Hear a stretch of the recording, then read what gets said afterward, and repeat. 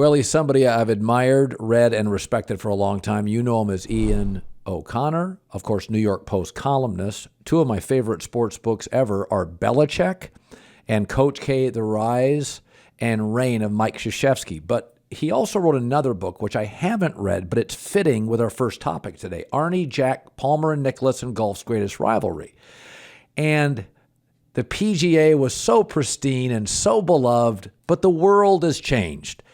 Lots of platforms, globalization. Somebody eventually was going to throw a lot of money at golfers. This is what UFC did to boxing. They were a disruptor. Boxing was based on greed and too many weight classes and promoters driving the sport. Can I not argue, if we get out of the blood money conversation for a second, is that the PGA is simply an organizational arm. These are not employees. They're independent contractors. The PGA doesn't run the Masters, Ryder Cup, U.S. Open, PGA Championship, British Open, the stuff most people watch, and that this was bound to happen among globalization, Amazon, Apple, Saudi money, and that we don't like where the money's coming from, but the PGA, which is a charity, these are independent contractors, some sort of similar situation, the PGA was really vulnerable. Greg Norman's been pushing back for 20 years.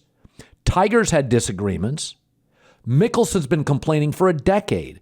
That's where I find myself, Ian, if you get out of the blood money argument for a second, that PGA put themselves in a bad space.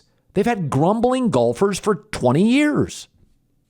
Well, Colin, even beyond 20 years, I remember when Greg Norman was threatening to start a tour back in the 90s and to compete against the PGA Tour. And without question, when you look at Tiger Woods starting a tournament in his prime with no guaranteed money, starting a season on the PGA Tour with no guaranteed money, nothing more than the 126th guy in the field, at some point, somebody was going to present a model where the stars were paid up front. And it was inevitable. It happened. I actually agree with you 100%. The PGA Tour has put itself in position to be challenged like this. Now, nobody loves where the money is coming from, but at some point, that conversation will taper off. And it's going to be the NFL against the USFL. And I think, who knows who's going to win this one, because I think the more named players that LIV takes away from the PGA Tour, that obviously hurts the depth of the PGA Tour fields. And in that sport, really the three players that matter most now are Rory McIlroy, Jordan Spieth, and Justin Thomas. They don't play every week. So you do need the Brooks Koepkas and the Bryson DeChambeaus and Patrick Reeds to fill out fields for people to come and watch. And those players are now leaving. And I think they'll continue to leave. And this is going to be a serious threat to the PGA Tour long term. Listen, you cover golf extensively. I just read Alan Shipnuck's book on Phil Mickelson, a wildly colorful character. We know about the gambling losses. But I've always felt Phil's his own sort of platform. He's his own business. And I look at him like a Peyton Manning, who's eventually going to sell that Omaha production company, probably do a network for hundreds of millions of dollars. Phil's not as viable as a golfer.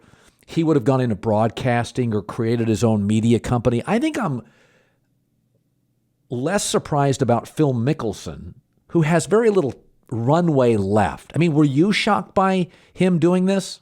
No. I wasn't shocked by it. I disagree certainly with his decision to do it.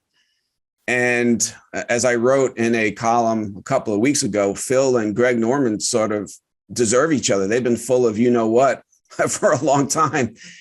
And Mickelson is a great player. He's probably going to go down among the top 12, maybe 10 players of all time. And he knows he's not going to win anymore. He pulled that PGA championship last year out of a hat.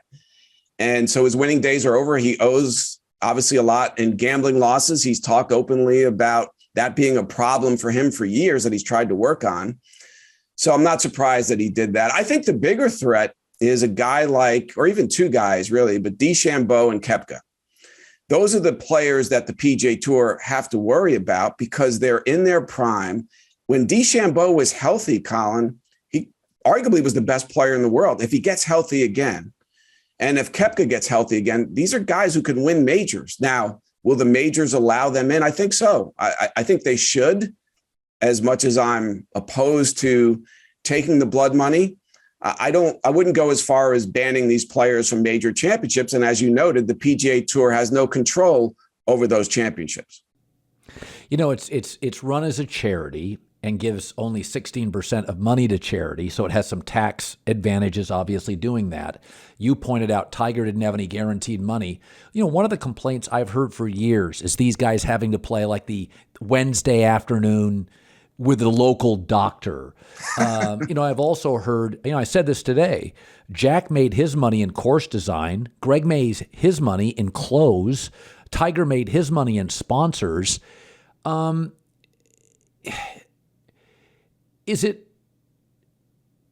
do think it was inevitable.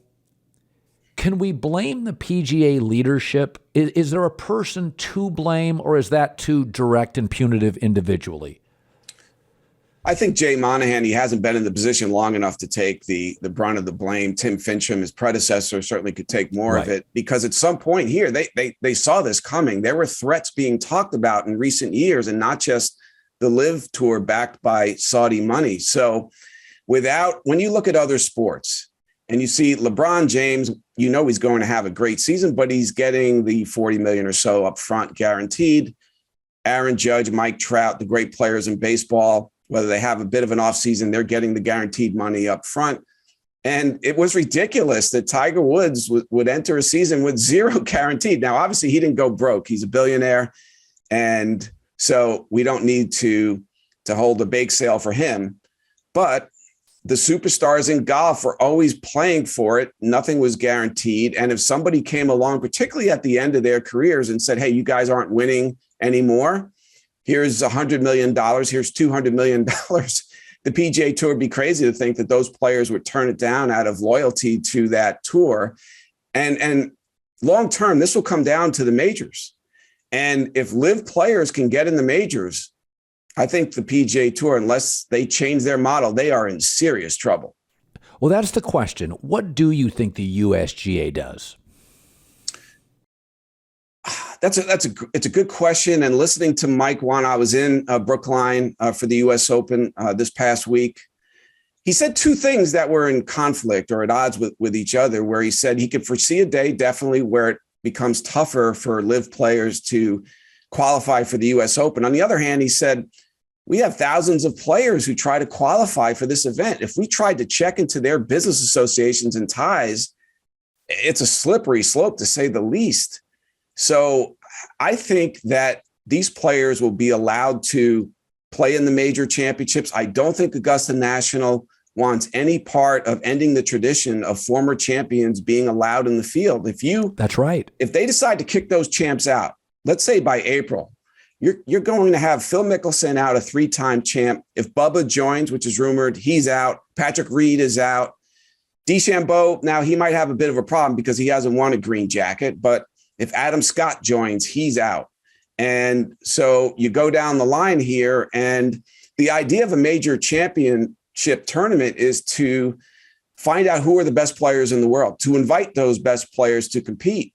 And so I think the Masters, US Open, Open Championship, and PGA Championships will continue to invite LIV players. I could be wrong on that front, but I don't think so. I think if they do try to ban those players, the LIV guys will win an injunction in court to compete. I think it's going to be very difficult to keep them out simply because we don't like where their money's coming from.